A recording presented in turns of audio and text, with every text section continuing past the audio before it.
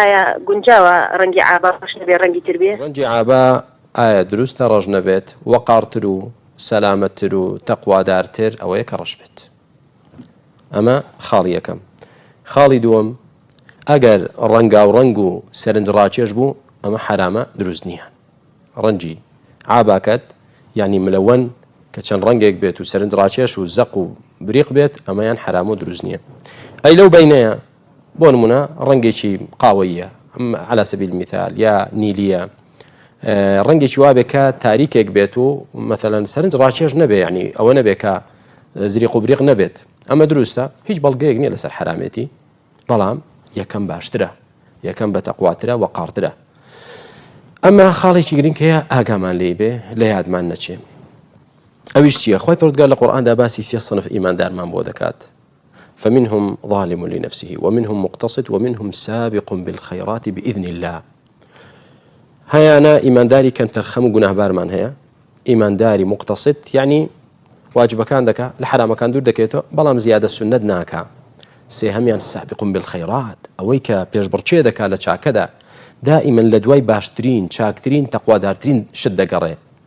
وهي إما وسي صنفمان هيا برزا كانم أي أو كساني كي إيوا لوتکەکەتان هەڵبژاردووە هیممەتتان بەرزە و تەقواتان زۆرە ئەی خوشتی بەڕێزم یا ئەی برای بەڕێزم تۆ کە کەسێک لەم مەرحەلەی ظالم لنفسیه دەیەوێ بێت بۆ مەرحەلەی دووەم ڕێگری لێ مەکە مەڵێنە وەڵا ئیلا دەبێ وەکو من بیت نا هەنگاو بە هەنگاو سەدید و وەقاریب و ما لا يدرك كله لا يترك جله یعنی ئافرەتێکە پانتۆڵێکی تەستی لە پێیە قژی ڕوتە ئێستا دەیەوێت ببێتە باڵا پۆشێک ئەو باڵاپۆشی تۆی پێ ناکرێ بەو شێوازە پێی ناکرێت یعنی قورسە بەم شێوازە ئێستا خوای پەروەردگار کاتێکە عەرەقی حرام کرد لەسەر سەحابە ڕەزای خۆیان لێبێ بە سێ قۆناغ حرامی کرد نەک یەکسەر و ئێستا تۆ کەسێک یعنی خوشکێک کە دەیەوێت تۆ بە بکابگەڕێتەوە لای خوا یەکسەر مەیە تۆ بڵێ دەبێت 180 پلە یەکسەر لەم لەحزەیەدا قورس دەبێ ئەگەر بزانی یەکسەر ئیمانەکە دڵی شیرنی ئیمان چۆتە ناویەوە ئیمانی بەهێزە تەحملی دەکا نابێتە سەبەبی ڕەتاندنی قەی ناکە ئەجینە با بۆ مەرحەلەی دووەم بێ زۆر چاکە. ئەگەر عاباش نەکات باڵاپۆشیەک کات یعنی بۆ نمونە حیجابێک کات لە مەرحەلەی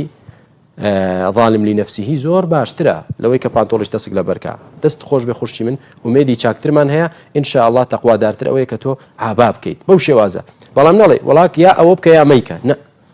هێدی مەرحەلە بە مەرحەلە ئینشاء الله وەکە بزانی ناگوازرێتەوە مەرحەلەی لوتکە ئەگەر زەختی لێ بکەی لەوانەیە واز لەوەش بێنێ لی گەڕێبا لەم قۆناغەدا بمێنێتەوە باشترە ئەگەر نەگەینە